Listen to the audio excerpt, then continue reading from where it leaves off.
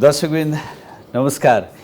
AP talk टाइमको यो नयाँ अध्यायमा हार्दिक स्वागत छ। म मोहराज शर्मा। यहाँलाई अवगत छ शनिबारी श्रृङ्खलामा हामीले नेपाली वाङ्मयसँगै हाम्रो पूर्वीय दर्शन सभ्यता यससँग सम्बन्ध राख्ने विभिन्न विषय पक्षसँग पनि सम्बन्ध राख्ने विषयमा हामी कुराकानी गर्ने गर्छौँ, संवाद गर्ने गर्छौँ। आज हामी संस्कृत भाषाको संरक्षण र प्रवर्धनको विषयमा कुराकानी गर्नेछौँ। पछिल्लो समय संस्कृत भाषा एक हिसाबले त्यो सरकारको नजरमा, राज्यको नजरमा उपेक्षामा परे पनि आम नागरिकमा चासोको विषय बनेको छ र यदाकदा चाहिँ स्वतस्फूर्त रूपमा संस्कृत भाषा सिक्नेहरू पनि बढ्न थालेका छन्। यसबीचमा आज हामी रूपन्देहीको तिलोत्तमा 14 दुर्गानगरमा रहेको एउटा गुरुकुलीय विद्यालय, जसले गुरुकुल पद्धति अनुसरण गर्दै कक्षा 6 देखि कक्षा 10 सम्म चाहिँ संस्कृत भाषा अध्ययन अध्यापन गराइरहेको छ। आवासीय सुविधासहित विद्यार्थीहरूलाई त्यो गुरुकुल परम्परामा जसरी विद्यार्थीहरूलाई पढाउने गरिन्थ्यो, अध्ययन अध्यापन गराउने गरिन्थ्यो, त्यही पद्धतिलाई अंगीकार गर्दै यो विद्यालयले त्यो अध्ययन अध्यापनको काम गरिरहेको छ। र सँगै चाहिँ प्रत्येक वर्ष यो त्यहाँ रहेको श्री दुर्गा संस्कृत वेदाङ्ग विद्यापीठ यो विद्यालयले प्रत्येक वर्ष देशभरका 55 गुरुकुलमा अध्ययन गरिरहेका विद्यार्थीहरूलाई समेटेर प्रतिस्पर्धा पनि गराउने गर्दछ। त्यसै क्रममा अहिले गुरुकुल स्तरीय शास्त्रीय प्रतिस्पर्धा हुँदैछ। यही माघ 28 देखि फागुन 1 गतेसम्म एक गुरुकुलमा अध्ययन गरिरहेका विद्यार्थीहरूको प्रतिस्पर्धा विभिन्न 4 विधामा गराउने गरिन्छ। जस्तो श्लाका परीक्षा, धातुरूप कण्ठपाठ, शब्दरूप कण्ठपाठ, सूत्रान्त्यक्षरी, यी 4 विधामा प्रतिस्पर्धा गराउने गरिन्छ र प्रत्येक वर्ष गर्दै आएको कार्यक्रम यो विद्यालयले, जुन श्री दुर्गा संस्कृत वेदाङ्ग विद्यापीठले यो काम गर्दै आइरहेको छ, एउटा वन्दनीय काम गर्दै आइरहेको छ। आज हामी यिनै विषयमा केन्द्रित रहेर संवाद गर्दैछौँ र हामीसँग सो विद्यापीठका प्रधानाध्यापक नारायण प्रसाद भट्टराई हुनुहुन्छ। हामी उहाँसँग कुरा गर्दैछौँ। स्वागत छ यहाँलाई। धन्यवाद। नमस्कार। र यो महत्त्वपूर्ण एउटा प्रतिस्पर्धा चाहिँ तपाईँको विद्यालयले गर्दै आएको रहेछ, यसमा नै के खुसी लाग्यो? तपाईँ आफै भनिदिनुहोस् कि गुरुकुल पद्धति अङ्गाल्दै आएको यो विद्यालयले गर्ने यो प्रतिस्पर्धा कस्तो खालको प्रतिस्पर्धा हो र यसले विद्यार्थीहरूलाई के कुरामा चाहिँ त्यो प्रतिस्पर्धी बनाउँछ अथवा के कुरामा निपुण बनाउँछ? हस्, प्रत्येक वर्ष आयोजना गरेको श्री दुर्गा संस्कृत वेदाङ्ग विद्यापीठले जो हाम्रो यस विद्यापीठको जो स्थापना जसले गराउनु भयो, परम वन्दनीय ब्रह्मलीन स्वामी श्री 1008 स्वामी परमानन्द सरस्वती महाराजज्यूको पुण्य स्मृतिको अवसरमा यो गुरुकुल स्तरीय शास्त्रीय स्पर्धाको आयोजना यो विद्यापीठले गर्ने गरेको छ। र यो गुरुकुल स्तरीय शास्त्रीय स्पर्धाको एकमात्र लक्ष्य छ संस्कृत भाषाको संवर्धन, प्रवर्धन र विश्वसामु संस्कृत भाषालाई जनजनको भाषा बनाउने मात्र यो गुरुकुल स्तरीय शास्त्रीय स्पर्धाको एकमात्र लक्ष्य हो भने यो गुरुकुल स्तरीय शास्त्रीय स्पर्धामा हामीहरूले प्राय लुप्त भएका जो शिक्षा प्रणालीहरू छन्, जो परीक्षाका प्रणालीहरू छन्, प्राय लुप्त भएका जो वैदिक ग्रन्थहरू छन्, वाङ्मयका ग्रन्थहरू छन्, तिनी ग्रन्थहरूको प्रचार प्रसार गर्नको लागि र तिनी ग्रन्थहरू जो अहिले ओझलमा परिरहेका छन्, जुन शैली हाम्रो प्राचीन शैली जुन थियो किनकि हिजो हाम्रो जुन सभ्यता हो, जो संस्कार हो, हिजोको अवस्थामा के थियो भन्दा एउटा व्रतबन्ध भइसकेपछि बालक गुरुकुलमा गएर गुरुको सान्निध्यमा बसेर उसले चाहिँ आफ्नो ब्रह्मचर्य अवस्था भनौँ 25 वर्षको समय अवधि वर्षभरि गुरुकुलमा एउटा कठोर परिश्रमको साथमा कठोर नियमको पालना गरेर उसले चाहिँ आफ्ना संस्कृत शिक्षाहरूलाई भनौँ या विविध शिक्षाहरूलाई उसले हासिल गर्ने गर्दथ्यो र शिक्षामा निपुण भइसकेपछि स्नातक गरिसकेपछि ऊ जब समाजमा आउँथ्यो र समाजमा भएका शिष्ट विशिष्ट विद्वानहरूले राजा महाराजाहरूले जो बालक स्नातक गरेर आएको छ त्यो बालक आफ्नो विधामा विशेषज्ञ छ वा छैन, त्यो चाहिँ निपुण भएको छ कि छैन भनेर एउटा परीक्षाहरू त्यति बेलाको प्राचीन समयमा गर्ने गरिन्थ्यो र त्यो शैली जुन प्रणाली त्यो त्यति बेलाको समयमा एउटा चाहिँ काशीमा एउटा चाहिँ शास्त्रार्थ हुन्थ्यो भन्ने कुरा हामीहरूले सुन्ने गरेका थियौँ होला प्राचीन समयमा। भने त्यो जुन शैलीमा शास्त्रार्थ हुन्थे त्यही शैलीमा नै हामीहरूले यो गुरुकुल स्तरीय कार्यक्रमलाई हामीले लिएर आएका छौँ। प्राय लुप्त भएका जुन शैली छन् त्यो शैलीमा परीक्षा हुन्छ। अब यो परीक्षा लिएर यसको चाहिँ के छ त, कसरी चाहिँ विद्यार्थीहरू यसबाट लाभान्वित हुन्छन्, यसको लाभ के छ भन्ने विषयको यदि जिज्ञासा छ यहाँ पक्कै पनि भने यसमा एउटा जुन शास्त्र हामीहरूले यो प्रतियोगितामा निर्धारण गरेका छौँ, यो ग्रन्थको अध्ययनले, किनकि यो ग्रन्थमा पूर्णतः विशेषज्ञ भएपछि मात्रै त्यो प्रतिस्पर्धामा भाग लिन विद्यार्थीहरू आउने गर्दछन् भने एउटा शास्त्रको व्यक्तिले चाहिँ विशेषज्ञता हासिल गर्छ। किनकि शिक्षा प्रणाली यस्तो छ कि हामीहरूले 8 घण्टामा 10वटा विषय पढाउनु पर्छ। अहिले पनि हाम्रो नेपाल सरकारको शिक्षा प्रणाली त्यही छ भने त्यो 8 विषयमा ऊ कहिले पनि निपुण हुन सक्दैन। किनकि विद्यार्थीहरू अहिले ज्ञान उपयोगी भन्दा पनि परीक्षामुखी भएका छन्। ज्ञानमुखी भन्दा पनि विद्यार्थीहरू परीक्षामा पास कसरी हुने हो, परीक्षाको नाम लिने बित्तिकै विद्यार्थीहरू डराउन थाल्छन् भने यो पनि परीक्षा हो तर यहाँ डराउने अवस्था छैन। किनकि यहाँ विद्यार्थीहरू अत्यधिक उत्साहको साथमा यो परीक्षामा भाग लिनको लागि विभिन्न यो नेपालका कुनामा रहेका प्रदेशहरूबाट जिल्लाहरूबाट यो प्रतिस्पर्धामा भाग लिन आउँछन्। मलाई जिज्ञासा लागेको जस्तै गुरुकुल अहिले नेपालमा 55 स्थानमा गुरुकुलीय पद्धति अनुसार पढाइ हजुर नेपालमा त्योभन्दा बढी छ नेपाल छ तर यो प्रतिस्पर्धामा 55वटा प्रतिभाग ग्रहण गर्दैछन्। गुरुकुलीय पद्धति भनेको चाहिँ जस्तै अन्य हाम्रो पढाइमा नियमित हाम्रो यो शिक्षा प्रणाली अन्तर्गतका विद्यालयमा चाहिँ विद्यार्थीहरूलाई 10 देखि 4 सम्म चाहिँ विद्यालय पठाइन्छ। त्यसपछिको समय घरमा हुन्छ, आफ्नो स्वैच्छिक रूपमा चाहिँ उनीहरूले आफ्नो समय व्यतीत गर्न पर्छ। तर यसमा चाहिँ 5 कक्षादेखि पास गरिसके पछाडि पूर्णतः विद्यालयकै अधीनमा रहेर आवासीय रूपमा संस्कृत भाषामा हाम्रो पूर्वीय दर्शन, हाम्रो वेद शास्त्रहरू चाहिँ अध्ययन अध्यापन गराइन्छ। हजुर ठीक। अब यो 6 देखि 10 कक्षासम्म गुरुकुलीय पद्धतिमा रहेर अध्ययन गरिसक्दा एकजना विद्यार्थी हाम्रो पूर्वीय दर्शनमा के कुरामा पारङ्गत हुन्छ, के कुरामा ऊ निपुण हुन्छ? धेरै राम्रो प्रश्न गरिदिनु भयो।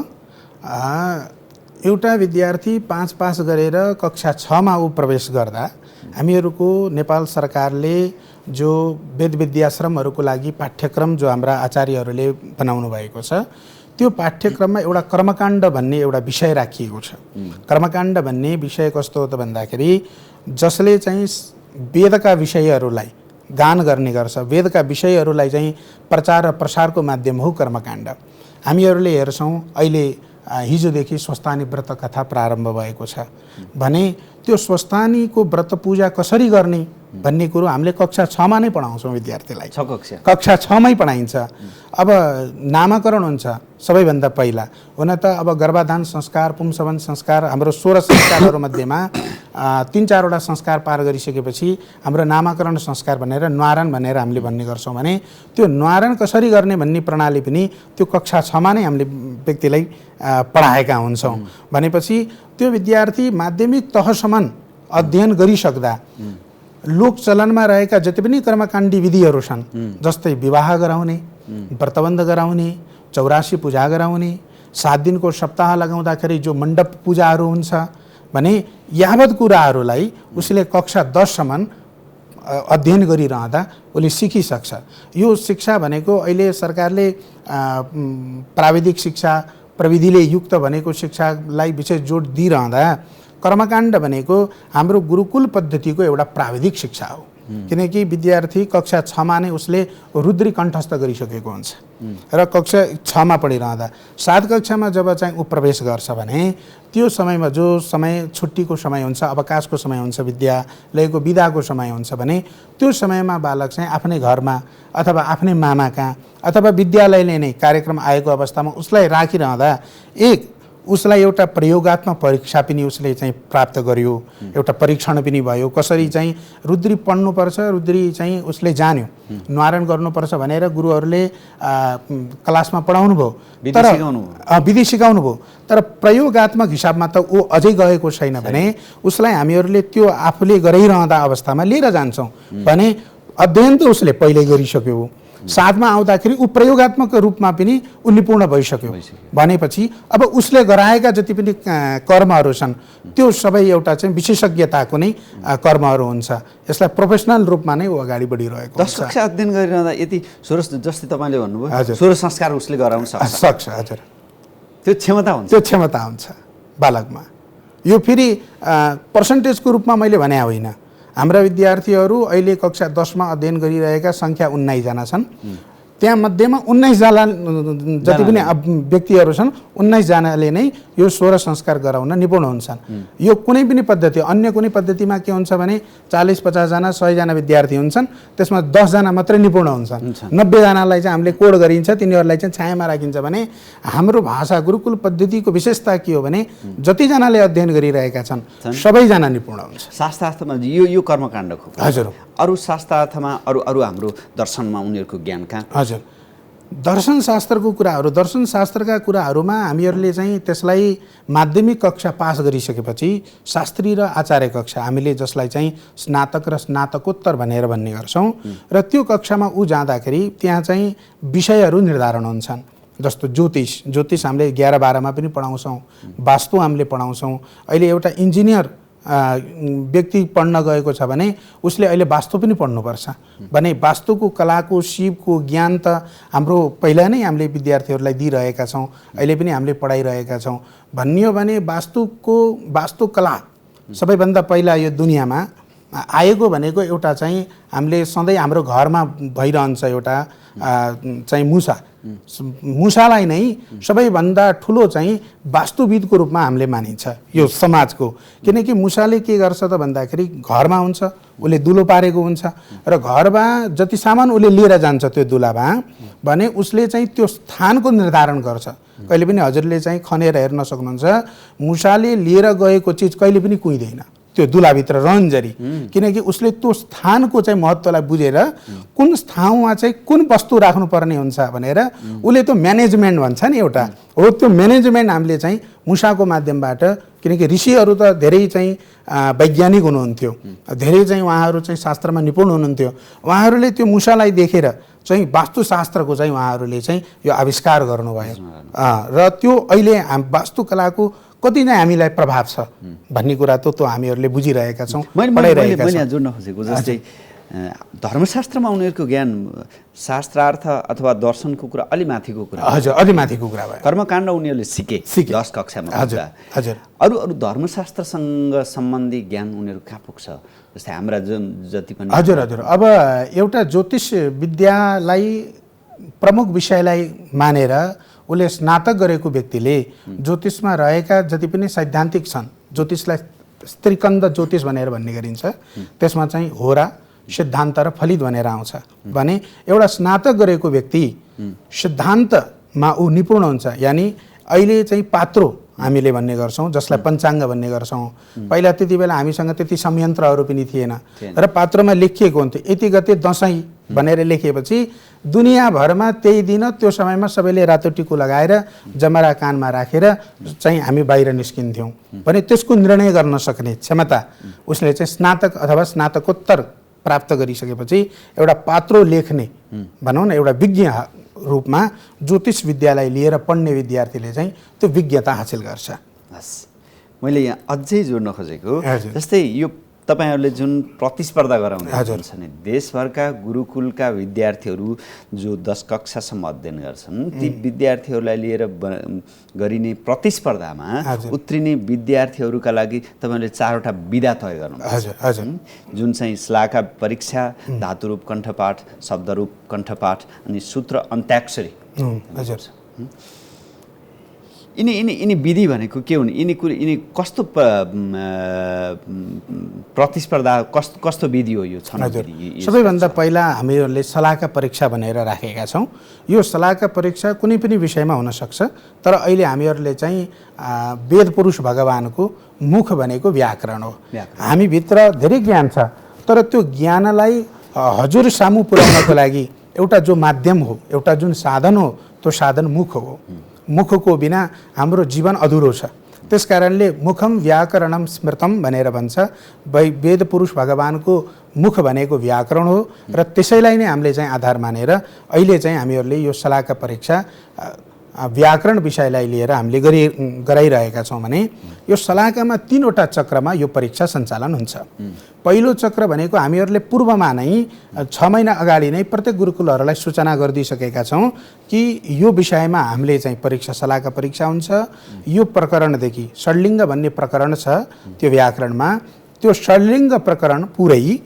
6 वटा प्रकरणको हुन्छ यो प्रकरणमा रहेर हामीहरूले यो सलाहका परीक्षा गर्नेछौँ भनेर पूर्व नै हामीले जानकारी गराएका छौं सूचना दिएका छौं भने पहिलो जुन चक्र हुन्छ निर्णायकहरू त्यसमा निर्णायक कुनै हाम्रो विद्यालयबाट बस्नुहुन्न उहाँहरू कुनै विश्वविद्यालयको प्रोफेसरहरू हुनुहुन्छ कुनै विश्वविद्यालयको प्राचार्य हुनुहुन्छ या कुनै विषयमा विज्ञता हासिल गरेका चर्चित व्यक्तिहरू चाहिँ निर्णायकको रूपमा त्यहाँ उपस्थित हुनुहुनेछ र उहाँहरूले पहिलो चक्र भनेको कण्ठस्थीकरणलाई उहाँहरूले प्राथमिकता दिनुहुनेछ भने जुन निर्धारण गरिएको ग्रन्थ छ त्यो बालकलाई याद छ कि छैन प्रतिभागी जो छात्र छ त्यो छात्रलाई याद छ कि छैन भन्ने कुरा त्यो पहिलो चक्रमा परीक्षा हुनेछ र त्यो परीक्षाको लागि एउटा सलाहका भनेको के हो भन्ने जिज्ञासा पनि आउँछ सलाहका भनेको एउटा स्वर्ण सलाहका भनेर भन्छौं त्यो सुनको पेन हो एउटा पेन आकारमा हुन्छ त्यो सुनबाट नै निर्मित हुन्छ र त्यो सुनको पेन त्यो ग्रन्थमा उहाँहरूले प्रविष्ट गराउनुहुन्छ र जहाँ त्यो सुनको पेनले पाना पल्टाउँछ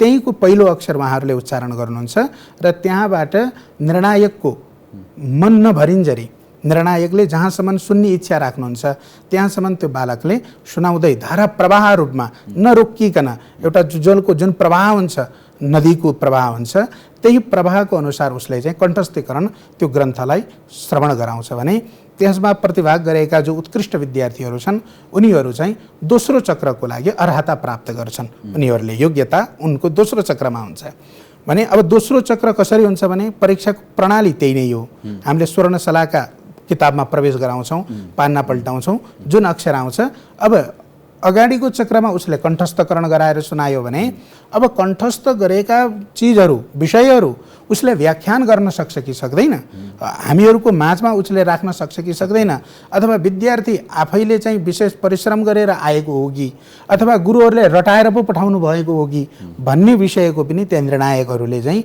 त्यो उसको योग्यताको परीक्षा लिनुहुन्छ एउटा हामीले लोकसेवा आयोगको परीक्षा दिएछ र नै यो परीक्षा रहनेछ भने दोस्रो चक्रमा उसले चाहिँ तिनी ग्रन्थहरूको व्याख्यान फेरि नेपाली भाषामा गर्दैन यो चाहिँ पूर्णतः संस्कृत भाषामा नै हुन्छ किनकि संस्कृत भाषाको प्रवर्धन र संरक्षण गर्ने उद्देश्य हो यो परीक्षाको भने संस्कृत भाषामा नै उसले धारा प्रवाह रूपमा चाहिँ व्याख्यान गर्छ र दोस्रो चक्रमा पनि ऊ चाहिँ अर्हता प्राप्त गर्छ भने तेस्रो चक्र भनेको जसलाई हामीहरूले चाहिँ एकदमै विशेष रूपमा हेर्छौं त्यो भनेको शङ्का समाधान हो जो निर्णायकहरू हुनुहुन्छ जो विशेषज्ञ हुनुहुन्छ उहाँहरूले त्यो ग्रन्थमा भएका जुन समस्याहरू छन् त्यो समस्याहरूलाई उजागर गर्नुहुन्छ कि यो यस्तो चीज थियो यहाँ यो प्रकारको किन भयो होला भन्ने जिज्ञासा राख्नुहुन्छ भने उसले बाहिरी चीजहरू भन्न पाउँदैन त्यही ग्रन्थमा आचार्यहरूले दिएका जति पनि उदाहरणहरू छन् र जति पनि आचार्यहरूले राखेका विषयहरू छन् तिनी विषयहरूलाई उसले चाहिँ दिएर राखेर चाहिँ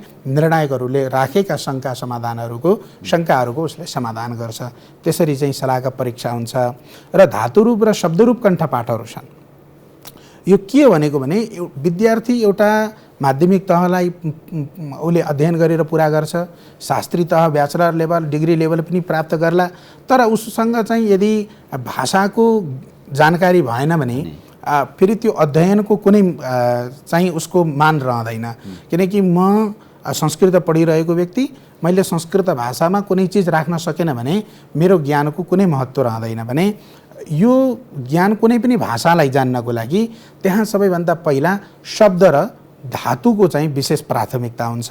किनकि मलाई पानी चाहियो भन्नको लागि त पहिला पानीको नाम के हो भन्ने कुरा त हामीले जान्नु पर्यो। कुनै पनि भाषामा हामीले भन्नु पर्दाखेरि भने त्यो शब्दहरू, धातु, किनकि हामीहरूको के हुन्छ त कर्ता, कर्म र क्रिया। हामीहरूको जुन संस्कृत भाषाको चाहिँ यो विशेषता के छ भने यहाँ कर्ता, कर्म र क्रिया हुने गर्दछ। भने त्यो कर्ता र कर्म त्यो शब्दमा निर्धारण हुन्छ भने क्रिया जो छ त्यो धातुमा हुन्छ। धातु पनि कई प्रकारका हाम्रा धातु हुन्छन्। सकर्मक धातु, अकर्मक धातुहरू हुने गर्दछन्। भने र त्यो नि धातुहरूमा 10वटा लकार हुने गर्दछन्। प्रत्येक लकारमा 3वटा वचन, 3वटा पुरुष र एउटा लकारमा 9वटा रूप हुने गर्दछन्। त्यसमा अनेक प्रकारका वैयाकरणीय, व्याकरणीय चिजहरू पनि त्यो भाषामा हुने गर्दछ। भने त्यो सबैमा विद्यार्थीहरू पुक्त भन्, निपुण हुन् भनेर नै यिनी परीक्षाहरू आयोजना गरिएको छ। तपाईँले यति धेरै व्याख्या गर्नुभयो नि, हजुर, यी सबै कुरामा प्रतिस्पर्धामा सहभागी हुने विद्यार्थी यी सबै कुरामा चाहिँ दक्ष हुन्छ? हजुर, हुन्छ, खरो उत्रिन्छ। जस्तै तपाईँले जुन पहिलो शाखा परीक्षाका 3 चरण भन्नुभयो, हजुर, 3 चरण, त्यहाँ एक हिसाबले चाहिँ विज्ञहरूसँग विद्यार्थीले एउटा चाहिँ उसले आफूले कण्ठस्थ सुनाउँछ, त्यसपछि त्यो विषयलाई चाहिँ उसले चाहिँ कसरी व्याख्यान गर्छ भनेर एक हिसाबले त्यो शास्त्र जस्तै भयो। त्यस पछाडि चाहिँ यो सूत्र अथवा शब्दको धातु रूप यिनीहरूको विषयमा पनि उसलाई ज्ञान हुन्छ। यो गुरुकुलमा अध्ययन गर्ने 10 कक्षाभित्रको विद्यार्थीले यति शिक्षा यो, किनकि यो विद्यार्थीहरूले जानुन् नै भनेर हामीहरूले 6 महिना अगाडिदेखि नै ग्रन्थहरू निर्धारण गरेर, यहाँ धातुरूप कण्ठपाठमा आएको छ भने निर्धारित धातुहरू छन् जो कि जीवनोपयोगी व्यवहारमा आउने धातुहरू छन्। यसमा चाहिँ हामीहरूले जुन धातुहरू लगाएका छौँ, यो धातुहरू हामीले 6 महिना अगाडि नै गुरुकुलहरूलाई हामीले पठाइसकिएको छ। भने किनकि गुरुकुलहरूमा पनि विशेषज्ञहरू हुनुहुन्छ। यसमा सहभागिता कस्तो हुन्छ? सहभागिता एकदमै राम्रो देखिएको छ। किनकि हामीले 2076 सालमा पहिलोचोटि यो गुरुकुल स्तरीय शास्त्रीय स्पर्धा सबै गुरुकुलहरूलाई चाहिँ समावेश गराउने लक्ष्यको साथमा हामी अगाडि बढेका थियौँ। त्यति बेला हामी आफैलाई पनि विश्वास थिएन कि यसरी चाहिँ प्रतिभागीहरू ग्रहण गर्छन् भनेर। त्यति बेला 215 जना विद्यार्थी, 4वटा विधामा कार्यक्रम थियो, 215 जना विद्यार्थीहरूले सहभागी भएका थिए। भने अहिले त हाम्रो 500 जना जति विद्यार्थीहरूलाई सहभागी गराउने हाम्रो लक्ष्य रहेको छ। उत्साहपूर्ण रूपमा त्यो सहभागिता पनि हजुर हुन्छ र सबै विद्यार्थीहरू निपुण हुन्छन्। त्यो परीक्षा भनेको त विद्यार्थीको परीक्षा होइन, अपितु त्यो परीक्षा भनेको गुरुहरूको परीक्षा हो। विद्यार्थीको रूपमा गुरुहरूले चाहिँ उहाँ चाहिँ आफ्नो विषयलाई, आफ्नो विज्ञतालाई चाहिँ उहाँ निर्णायकहरूको भूमिकामा राख्नुहुन्छ। र मैले त्यो कार्यक्रमको सञ्चालक म आफै हुन्छु, विद्यालयको प्रधानाध्यापक भएकोले।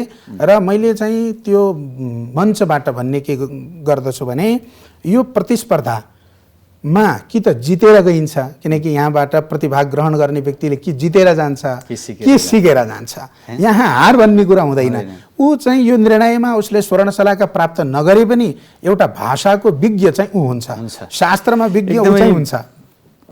महत्त्वपूर्ण कुरा जो चाहिँ यो विषय हामीले हाम्रो बुझाइमा, आम बुझाइ पनि, संस्कृत भाषाप्रतिको आम बुझाइ पनि कमजोर छ। हजुर, यसको महत्ता अब राज्य आफैले त्यति धेरै महत्त्व दिन नदिएको अवस्थामा बुझाइमा कमजोर हुने भइहाल्यो। तर पनि एकदमै महत्त्वपूर्ण काम गर्नुभएको छ। शुभेच्छा, शुभकामना। तपाईँलाई चाहिँ जस्तै संस्कृतमा तपाईँले अध्ययन गर्नुभयो, जहाँ अध्ययन गर्नुभयो त्यही एक हिसाबले अहिले त्यहीँ सक्रिय हुनुहुन्छ। संस्कृत भाषालाई प्रवर्धन गर्नको लागि गरिनुपर्छ कि?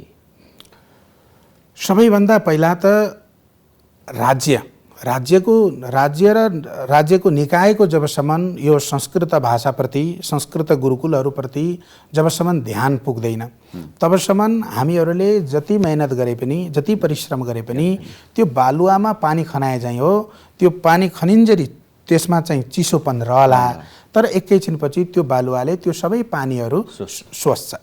भने हामीहरूले अहिलेसम्म चन्दादाताहरूको माध्यमबाट र विभिन्न यो संस्कृत भाषालाई माया गर्ने, यसप्रति आस्था राख्ने व्यक्तिहरूले नै अहिलेसम्म यो गुरुकुल र यो हाम्रो कार्यक्रमलाई अगाडि बढाइरहनु भएको छ भने अहिले यो टेलिभिजनको माध्यमबाट हामीहरू सरकारलाई चाहिँ के निवेदन गर्छौँ भने सरकारले जब माध्यमिक तहसम्मको मान्यता दिइरहेको छ र संस्कृत भाषालाई र संस्कृत गुरुकुललाई सरकारले आफ्नो नीतिमा एउटा पारम्परिक विद्यालयको रूपमा राखेको छ। हिजोको शिक्षाको प्रणाली भन्ने भने त सबैभन्दा प्राचीन प्रणाली हो गुरुकुल प्रणाली। किनकि हिजोको शिक्षा प्रणाली हेर्ने हो भने हिजो हामी मातृकुल, पितृकुल, ऋषिकुलदेखि बल्ल गुरुकुलमा आयौँ। किनकि अहिले विश्वमा रहेका दुईवटा शिक्षा प्रणाली छन्। एउटा हाम्रो चाहिँ पूर्वीय शिक्षा प्रणाली छ गुरुकुल प्रणाली भने, एउटा चाहिँ पश्चिमाली शिक्षा प्रणाली छ जसमा हामीहरूले चाहिँ क्याम्पस भनौँ, कलेज भनौँ, विश्वविद्यालय भन्यौँ भने यो प्रणाली छ भने यो गुरुकुल भनेको त एक त प्राचीन प्रणाली हो जसले ऋषिमुनि जन्माउँछ र त्योभन्दा पनि एउटा संस्कार र सभ्यता र संस्कृतिको धरोहरको रूपमा यो रहेको छ। हिजोको देन हो नि संस्कृत भाषा त। किनकि हिजो यो संस्कृत भाषा हिजोको दिनभन्दा पनि आज जति भाषाहरू पनि विश्वमा बोलिएका छन् भने त्यो सम्पूर्ण भाषाको जननी मदर अफ ल्याङ्ग्वेज भनेर भन्ने गरिन्छ। हामीहरूले चाहिँ संस्कृत भाषालाई जनभाषा, जननी भाषाको रूपमा चाहिँ हामीहरूले गर्छौँ। र सरकारको जुन लोगो छ त्यसमा पनि त बताइएको छ जननी जन्मभूमिश्च स्वर्गादपि गरीयसी भनेर जुन छ। सरकारको पछाडि परेको छ क्या भाषा, अगाडि परेको भए सरकारको नजर जान्थ्यो होला, ध्यान जान्थ्यो होला भने त्यो गुरुकुलहरूलाई जो हाम्रो पारम्परिक विद्यालयहरू छन् यिनी पारम्परिक विद्यालयहरूलाई अलिकता उपेक्षा गरिएको हो कि यिनीहरूमा संस्कृत विद्वानहरूलाई अलिकता अपेक्षा गरेर राखियो कि? किनकि सरकारको ध्यान चाहिँ संस्कृत भाषालाई प्रवर्धन गर्ने हो भने यस्ता कार्यक्रमहरूलाई सरकारले चाहिँ आफ्नो आर्थिक बजेट भाषणमा चाहिँ समावेश गर्नुपर्छ भन्ने मेरो मान्यता र मेरो चाहिँ अनुरोध सरकारलाई छ। तपाईँ जहाँको प्रधानाध्यापक हुनुहुन्छ सोही विद्यालयमा प्राविताको एउटा सरकारी दरबन्दी छ, हजुर, एउटा कार्यालय सहयोगी दरबन्दी छ। त्यो स्रोतमा तपाईँहरूले 10 कक्षासम्म आवासीय रूपमा गुरुकुलीय पद्धतिमा विद्यालय सञ्चालन भइरहेको छ। एउटा नमुना काम छ, एउटा नमुना। तर यसमा राज्यका निकायहरूको अथवा जसले भाषा संस्कृति संरक्षण प्रवर्धन गर्नुपर्ने उनीहरूको ध्यान पुगेको छैन। एउटा दुःखद कुरा। हजुर।